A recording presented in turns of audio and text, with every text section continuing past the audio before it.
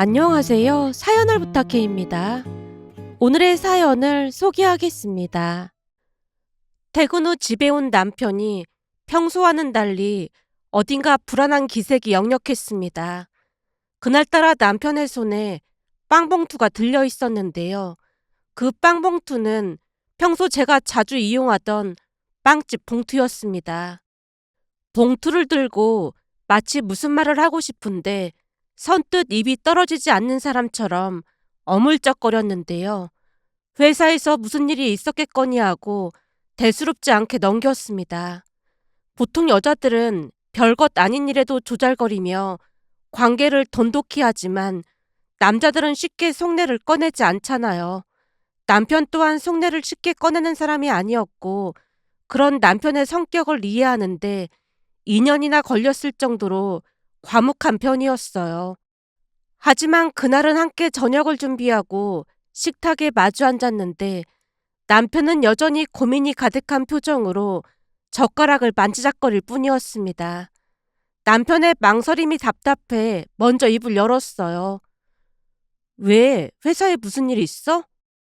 남편이 말문을 열 듯하다가 금세 입을 다물었습니다. 남편이 숨을 들이마셨다가 내쉬는 사이 제가 다시 물었어요. 아니 답답하게 왜 그래? 뭐야 회사에서 해외 지사라도 나가래? 남편이 손끝으로 테이블을 톡톡 두드렸습니다. 그러다 마침내 깊은 한숨과 함께 입을 열었어요. 그게 회사 일은 아니고 혁주 일인데 말이야. 도련님 일이라니? 혹시 도련님한테 무슨 문제 생겼대?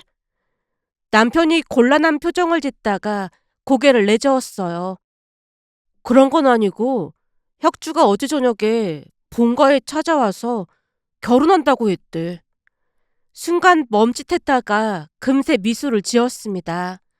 저번 명절에 만나고 있다던 그 사람이랑 결혼하는 거야? 남편이 고개를 끄덕였고 제가 기쁜 마음으로 말했어요. 도련님도 결혼할 나이가 됐는데 잘 됐다. 남편도 따라 웃었지만 여전히 뭔가 찜찜한 표정이었습니다. 제가 젓가락을 내려놓고 팔짱을 낀 채 다시 물었어요. 근데 무슨 문제가 있다는 거야?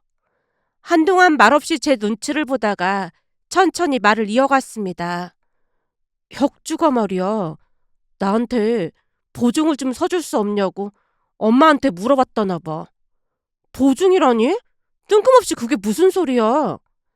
남편이 목소리를 낮추고 조심스럽게 설명했어요.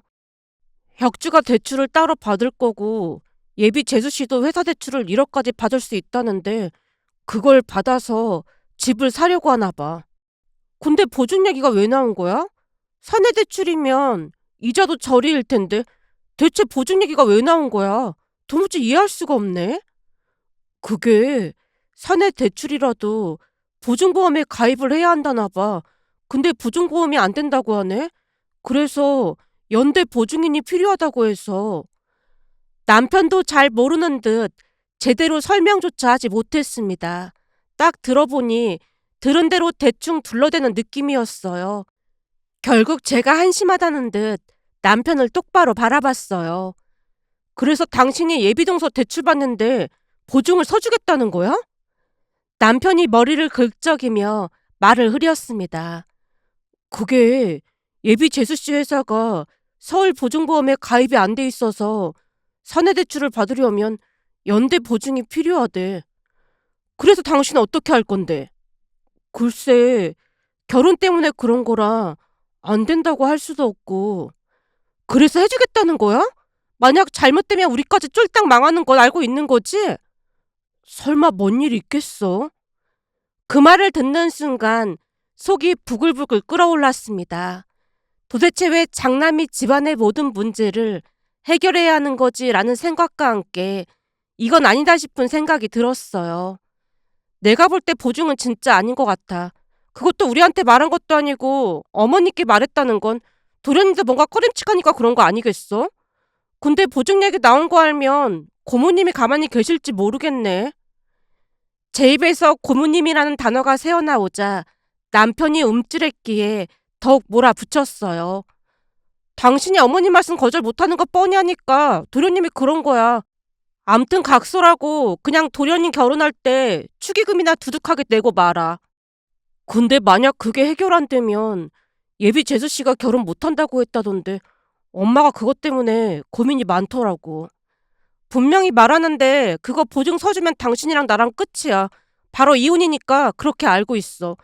요즘 세상에 보증을 서달라는 것도 뭔가 이상하단 말이야. 자세히 확인도 안 해보고 보증은 무슨 보증이야. 평소와는 다르게 제가 워낙 단호하게 대응하자 남편의 눈이 휘둥그레졌습니다. 아무리 그래도 뭘 그런 걸로 이혼 얘기까지 꺼내고 그래. 암튼 계속 보증 얘기 나오면 나도 가만 안 있을 테니까 그런 줄 알아. 결국 남편이 한숨을 길게 내쉬더니 손을 내저었습니다. 사실 결혼할 때 시댁에서 받은 지원은 한 푼도 없었어요. 우리 부부가 사는 아파트도 전적으로 우리 힘으로 마련한 거나 다름없었는데요. 그럼에도 불구하고 시어머님은 아들 가진 유세가 대단했습니다.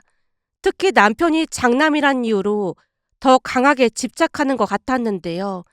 결혼을 하고 시집살이를 당한 게 한두 번이 아니었습니다. 결혼 후부터 이어진 고된 명절 노동, 아들 가진 유세, 그리고 장남에게만 집중된 집착까지. 그럼에도 불구하고 제가 참을 수 있었던 이유는 단 하나였습니다. 시댁에는 사연이 있기 때문이었어요. 시아버님에게는 누님이 한 분 계셨는데 고모님과 시아버님은 나이 차이가 상당했습니다. 예전에 들은 이야기로는 시아버님 바로 위로 형님이 계셨지만 사고로 세상을 떠나셨다고 했어요. 그 뒤에야 시아버님이 태어나셨으니 자연스럽게 고모님과 나이 차이가 크게 벌어졌고요. 그러다 할머님, 할아버님이 일찍 세상을 떠나셨고 결국 고모님이 시아버님을 키우다시피 했다네요. 한마디로 고모님은 시아버님께 누나라기보다는 어머니 같은 존재였습니다. 고모님 역시 파란만장한 인생을 살아오셨는데 결혼 후 자녀 없이 지내다가 남편을 먼저 떠나보내고 그 이후 줄곧 혼자 생활하셨어요. 가족이라고는 친정 가족뿐이었으니 자연스럽게 저도 고모님을 챙기게 되었습니다. 하지만 그 점에 대해 단 한 번도 불만을 갖지 않았어요. 고모님은 시어머님과는 완전히 다른 분이셨기 때문이었어요. 고모님은 합리적이고 현명한 분이셨습니다. 희생을 강요하지도 감정적으로 휘두르지도 않았어요. 덕분에 시댁에서 유일하게 편하게 대할 수 있는 분이 고모님이셨습니다. 문득 결혼 후 처음 맞이한 명절이 기억납니다. 남편과 함께 주방에서 정신없이 움직이고 있었어요. 시어머님이 명절 연휴 전날부터 불러서 일을 시켰고 남편도 묵묵히 옆에서 돕고 있었습니다. 하지만 쉴 틈이 없었어요. 반죽을 하고 전을 부치고 설거지를 하고 끝없는 노동의 연속이었습니다. 그때 고모님이 시댁에 도착하셨고 반갑게 인사를 드리려던 순간 고모님의 얼굴이 굳어졌어요. 그리고는 벼락같이 소리를 내질렀습니다. 내가 며느리 부려먹지 말라고 몇 번이나 말했어. 갑자기 주방이 싸늘해졌습니다. 그동안 내내 음식 사서 차례 지내놓고 갑자기 음식은 왜 하고 난리야. 시어머님이 당황한 얼굴로 대꾸했습니다. 형님, 이제 며느리도 들어왔는데 정성스럽게 만들어야죠. 고모님은 가차 없었습니다. 그런 올케는 며느리 아니었어? 그동안은 왜 음식 안 하고 사서 했어?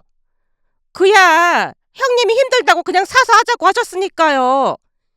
그런데 올케가 시어머니가 되니까 마음이 편했나 보네. 그게 바로 시집살이라는 거야.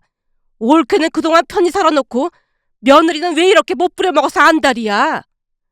시어머님이 할 말을 잃은 듯 입을 다물었고 고모님이 단호하게 선언하듯 말했어요. 정수는 효진이 데리고 집에 가봐라. 남편이 깜짝 놀라 눈을 크게 떴는데요. 고모, 지금 주방이 이렇게 난리인데 우리 보고 가보라고요? 나머지는 네 엄마랑 내가 하면 돼. 그러니까 그만 가봐라. 그리고 동생도 와서 도와야지 뭐하고 있어. 고모님의 강한 한마디에 시아버님이 눈치를 보며 조용히 주방으로 다가왔습니다. 그제서야 시어머님도 더 이상 아무 말도 하지 못했어요. 그렇게 우리는 등 떠밀리듯 시댁을 나와야만 했습니다. 그리고 그 이후 시어머님은 명절 음식 준비를 하라고 부르지 않았어요. 자연스럽게 고모님과 가까워졌고 시간이 지날수록 그 친밀함이 시어머님의 눈에 거슬렸던 모양이었습니다. 가만 보면 넌 참 아부를 잘하는 것 같아. 네? 아부라니요? 니들 고모가 돈 좀 있고 하니까 옆에 딱 붙어서 아부 떠는 거 아니야? 암튼 흥큼하다니까. 시어머님이 심술 섞인 목소리로 말을 던질 때도 있었지만 신경 쓰지 않았습니다. 말대꾸를 하다 보면 잔소리가 끊임없이 이어질 게 뻔했으니까요. 솔직히 말해서 시어머님보다 고모님을 더 자주 우리 집에 초대했다 보니 그런 오해를 할 수도 있겠다 싶었어요. 고모님은 우리 집에 놀러 오실 때마다 항상 맛있는 음식을 만들어 주셨습니다. 시어머님과는 달리 고모님이 요리를 해주실 때는 부담이 아니라 따뜻한 온기가 느껴졌어요. 이거 먹어봐라. 피곤할 땐 이런 게 딱 좋아. 고모님이 건네는 한마디 한마디는 마치 돌아가신 할머니가 제게 속삭여주는 것처럼 따뜻했습니다. 그렇게 고모님과 함께하는 시간은 편안했고 이야기를 나눌 때면 마치 어린 시절 할머니 품에 안겨있는 기분이 들었어요. 고모님은 시어머님과는 정반대의 따뜻한 분이셨기에 가끔은 시어머님도 고모님처럼만 대해주신다면 우리 관계도 지금보다는 훨씬 나아질 텐데 하는 생각이 들기도 했습니다. 하지만 그건 바람일 뿐 보증 문제로 한바탕 난리가 난 다음 날 남편이 퇴근하고 와서 조심스럽게 입을 열었어요. 저기 오늘 낮에 동생이랑 통화했거든. 직감적으로 좋지 않은 이야기가 나올 것이라는 걸 느꼈기에 마른 침을 삼키고 있자 남편이 뜸을 들이며 말을 이어갔습니다. 그게 통화하다가 보증은 안 된다고 하니까 혁주가 그러더라고. 본인이 살 아파트에 투자하는 개념으로 빌려주면 안 되겠냐고. 1억만 투자하면 나랑 공동 명의로 해주겠대. 그게 말이 되는 소리라고 생각해? 아무리 형제라고 해도 돈으로 얽히면 안 된다고 했잖아. 돈이 없으면 그냥 전세나 월세로 살던지 해야지. 그렇게 무리해가면서 집을 사는 게 진짜 이해가 안 되네. 우리 부부는 맞벌이를 하면서 꾸준히 저축을 해왔고 그 덕분에 1억 정도의 여유 자금이 있긴 했지만 그 돈을 도련님이 살 예정인 아파트에 투자라는 말에 기가 막혀 남편을 뚫어져라 바라봤습니다. 그리고 우리가 1억 투자하면 그 돈은 나중에 어떻게 회수할 건데? 남편이 준비된 답변이라도 있는 듯 대답했어요. 그건 알아보니까 지분 설정을 할 수 있더라고. 혁주가 매입하려는 아파트가 5억이니까 우리가 1억 투자하면 20%는 우리 지분으로 설정할 수 있대. 그리고 만약 그것도 못 믿었다면 내 이름이 아니라 당신 이름으로 해도 되니까 한번 생각해보자는 말이야. 저러다 파혼하게 되면 괜히 엉망 들을까봐 걱정이 되네. 남편의 황당한 말에 헛웃음이 새어나왔습니다. 그러니까 도련님이 사는 아파트에 우리가 투자하고 도련님이랑 공동 명의로 해둔 다음 나중에 집값이 오르면 이익을 나눠 갖자고? 그렇게 따지면 집값이 떨어질 수도 있는 거잖아. 그게 요즘 분위기 보면 집값이 오를 가능성이 훨씬 크잖아. 그리고 혁주가 살고 있는 집인데 무슨 큰일 있겠어. 솔직히 은행에 넣어봐야 이자도 얼마 안 되는데 차라리 이렇게라도 굴리는 게 낫지 않겠어? 전에도 말했지만 난 형제끼리 돈거래하는 건 별로야. 거듭 말하지만 왜 당신이 그렇게까지 해야 하냐고. 남편이 더 이상 아무 말도 하지 못했지만 그 문제는 그렇게 끝날 게 아니라는 걸 저는 잘 알고 있었습니다. 며칠이 지나고 예상했던 대로 시어머님에게서 연락이 왔습니다. 너 내일 몇 시에 집에 오니? 순간 멈칫했는데요. 평소라면 그냥 안부 전하겠거니 했겠지만 분명 도련님 문제 때문일 것이라는 확신이 들었거든요. 제가 최대한 태연한 척 대답했습니다. 내일 7시쯤이면 집에 도착할 거예요. 그럼 내가 7시까지 집에 갈 테니까 기다리고 있어라. 어머님, 무슨 일 있으세요? 내가 내 아들 집에 가는데 꼭 무슨 일이 있어야만 가야 하니? 분명 뭔가 말을 꺼내려는 전형적인 패턴이었지만 화를 돋구고 싶지 않아서 최대한 조심스럽게 말했어요. 아니, 그게 아니라 갑자기 오신다고 하니까 여쭤본 거예요. 내일 가서 말할 테니까 그렇게 알고 있어라. 제가 대답할 틈도 주지 않고 전화가 뚝 끊겼습니다. 휴대폰을 내려놓으며 깊은 한숨을 쉬었는데요. 시어머님이 오시겠다는 이유가 너무나도 명확해 보였으니까요.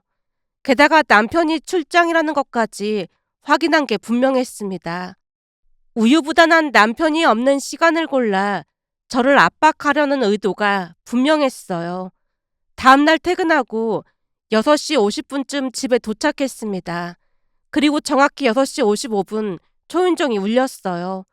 문을 열자 시어머님이 잔뜩 성이 난 얼굴로 저를 노려봤습니다. 제가 애써 표정 관리를 하며 부드럽게 말했어요. 어머님, 들어오세요. 시어머님이 한마디도 하지 않고 제 시선을 피하며 집 안으로 들어왔고 그 모습만으로도 이미 대화가 쉽지 않을 것이라는 걸 직감했습니다. 보나마나 시어머님이 제게 압박을 가할 게 뻔해 보였으니까요.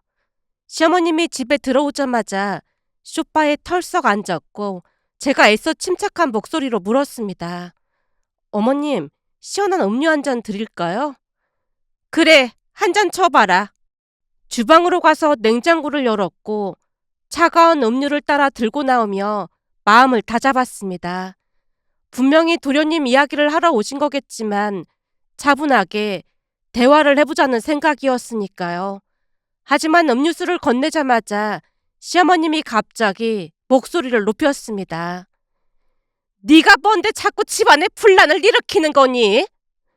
갑작스러운 고성에 깜짝 놀라 눈을 크게 떴어요. 어머님, 다짜고짜 그게 무슨 말씀이세요? 너 말이야, 그러는 거 아니다. 우리 혁주가 이제야 장가 좀 가겠다는데 그게 그렇게 못마땅해? 제가 황당함에 숨을 고르며 천천히 말했어요. 어머님, 못마땅한 게 아니라 보증을 서달라고 하니까 그런 거죠. 시어머님은 제 말을 들으려 하지 않았습니다. 그 보증도 그래. 피를 나는 형제인데 좀 서주면 안 되는 거니? 네 시동생이 얼마나 답답했으면 그런 소리를 했겠어. 나이 들어서 이제 겨우 결혼 좀 해보겠다는데 형수라는 사람이 방해를 하니 얼마나 속이 터지겠냐 그 말이야. 그 순간 거실이 쩌렁쩌렁 울릴 정도로 시어머님의 목소리가 커졌기에 속이 답답해졌습니다. 가족 간의 동거래는 피해야 한다는 말도 보증이 얼마나 위험한지에 대한 설명도 시어머님 앞에서는 아무 소용도 없을 것 같아 보였으니까요. 그때 초윤정 소리가 거실을 가득 채웠습니다. 시어머님이 흠칫 놀라며 말을 멈췄어요. 혹시 누가 오기로 한 거니? 시어머님이 눈을 가늘게 뜨며 쳐다봤는데요. 아니요. 어머님이랑 미리 약속을 했는데 그럴 리가요. 우선 누군지 확인 좀 해볼게요. 제가 자리에서 일어나 인터폰 화면을 확인했고 화면에 보이는 얼굴을 보고 깜짝 놀랐습니다. 고모님 오셨어요? 뭐? 형님이 오셨어? 시어머님이 화들짝 놀라며 자리에서 벌떡 일어났어요. 시어머님 얼굴에는 초조한 기색이 역력했습니다. 너 혹시 형님한테 연락했던 거니?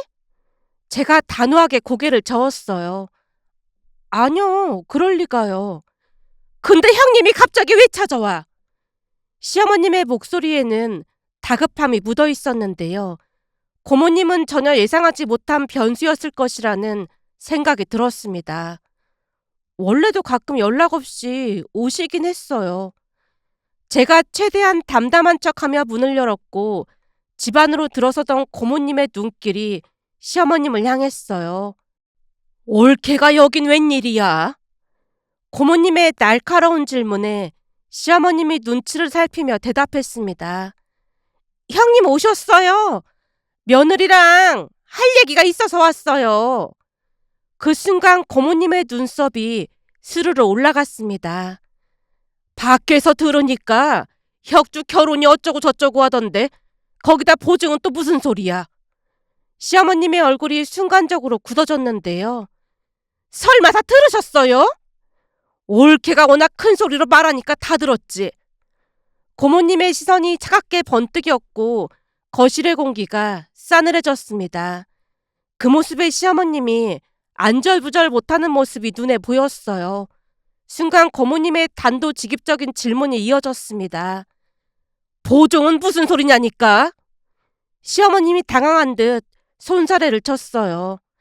형님, 별일 아니에요. 하지만 고모님은 물러서지 않았습니다. 별일 아닌데 애들 집에 와서 큰 소리를 내고 있어? 효진이가 말해봐라. 보증이 무슨 말이야? 그 말에 머뭇거렸지만 고모님은 한치의 망설임도 없이 단호하게 덧붙였어요. 효진이 너 내 성격 잘 알지? 바른 대로 말 안 하면 내가 다 뒤집어 엎을라니까 바른 대로 말해. 그 말에 더 이상 주저할 이유가 없었기에 차분하게 하지만 한치의 빠짐없이 그동안 있었던 일을 전부 이야기했습니다. 남편이 보증 이야기를 꺼냈고 제가 거절을 했던 것과 그리고 심지어 도련님이 아파트 투자까지 요구했다는 사실까지 전부 말이죠. 이야기를 들으면 들을수록 고모님의 표정은 점점 더 굳어진 반면 시어머님의 얼굴은 사색이 되어갔습니다. 고모님이 시어머님을 향해 조용하지만 날선 목소리로 말했어요. 뭐? 보증을 서라고 했어? 그 순간 시어머님의 입술이 파르르 떨리기 시작했습니다. 그리고 고모님 입에서 충격적인 말이 새어나왔는데요. 대체 올케나 언제 정신 차리려고 그러는 거야? 설마 예전 일을 전부 잊은 거야? 시어머님이 불안한 기색을 감추지 못하고 떠듬떠듬 말을 이어갔어요. 형님, 우리 혁주가 이상한 짓을 할 리가 없잖아요. 그러자 고모님이 벼락같이 소리쳤습니다. 전에도 똑같이 그런 말 했잖아. 그러다 어떻게 됐어? 다 말아먹고 오갈 데 없어서 우리 집에서 몇 년을 살았던 거 잊었어? 그 말에 시어머님의 얼굴이 창백해졌는데요. 거기다 올케 덕분에 나는 정수랑 혁주 키우느라고 쌩고생을 했고 말이지. 보증이란 말만 들어도 내가 치를 떠는 거 몰라서 그래? 근데 또다시 보증 얘기를 꺼내? 고모님 말에 깜짝 놀랄 수밖에 없었는데요. 제가 모르던 무슨 일인가가 있었던 게 분명해 보였습니다. 시어머님이 한껏 움츠러든 채 조심스럽게 말했어요. 형님, 화내지 마시고 제 얘기 좀 들어주세요. 형님도 아시다시피 우리 혁주가 결혼 생각 없다고 했잖아요. 근데 갑자기 결혼 얘기를 꺼내니까 제 입장에서는 귀에다 싶어서 그랬어요. 고모님이 기가 막힌 듯 콧방귀를 뀌며 쏘아붙였습니다. 그렇다고 큰아들네한테 보증을 서라는 게 말이나 돼? 엄마가 돼서 그게 할 소리야?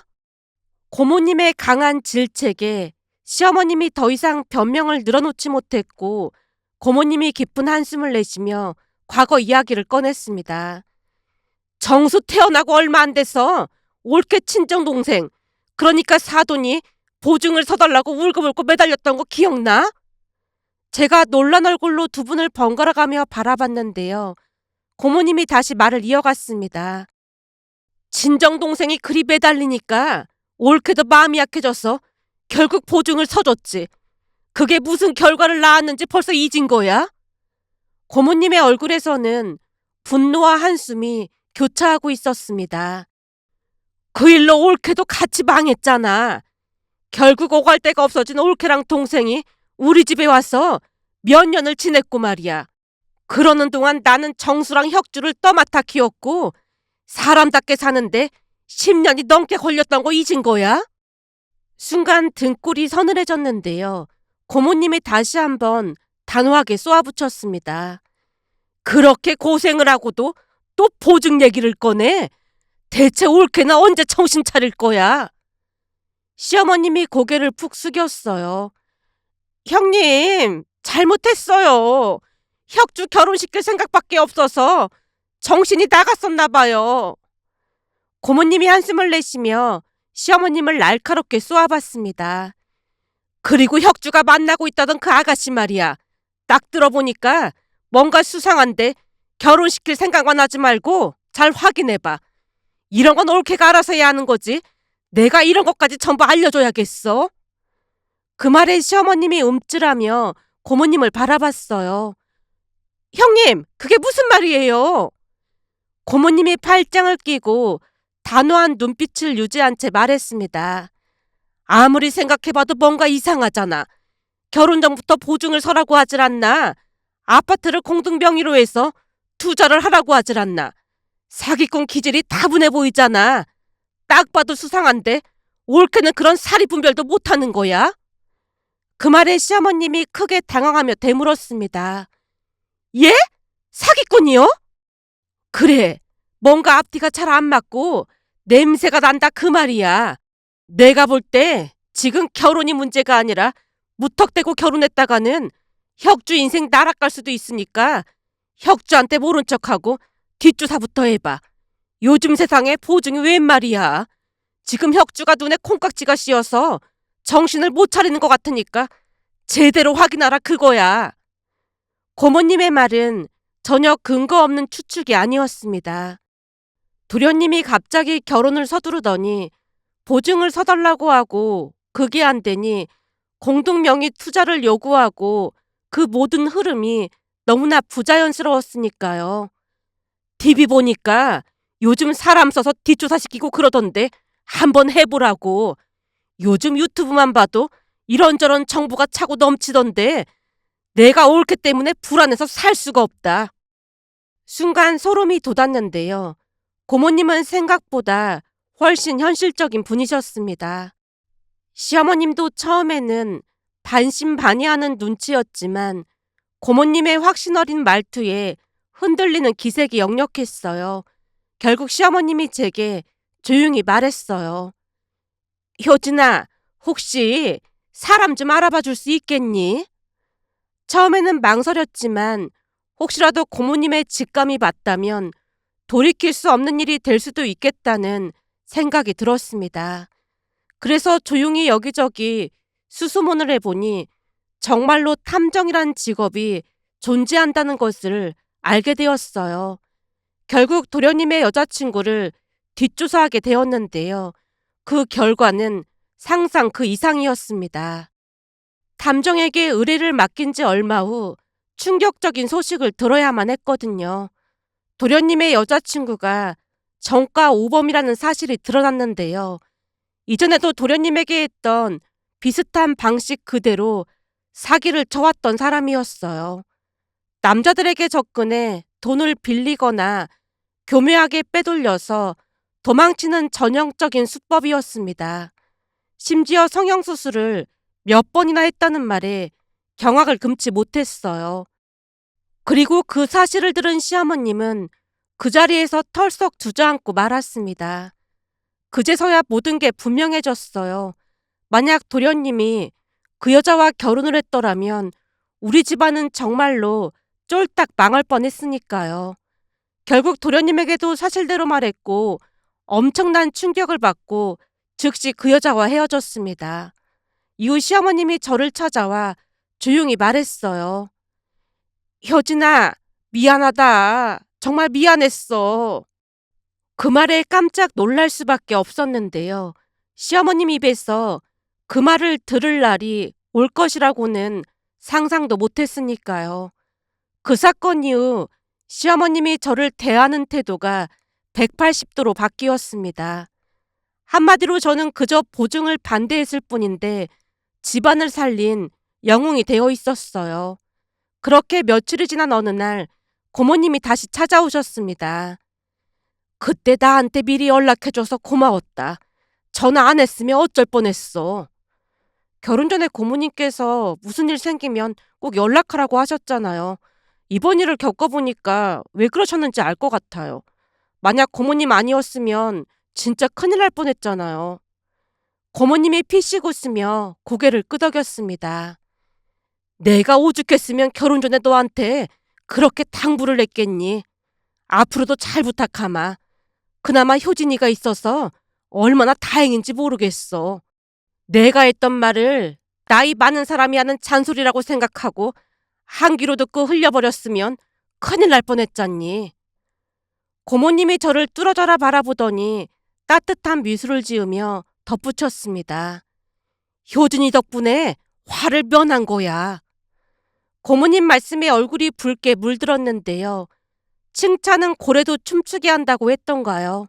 칭찬을 듣다 보니 뭐든지 잘하고 싶은 생각이 들었습니다.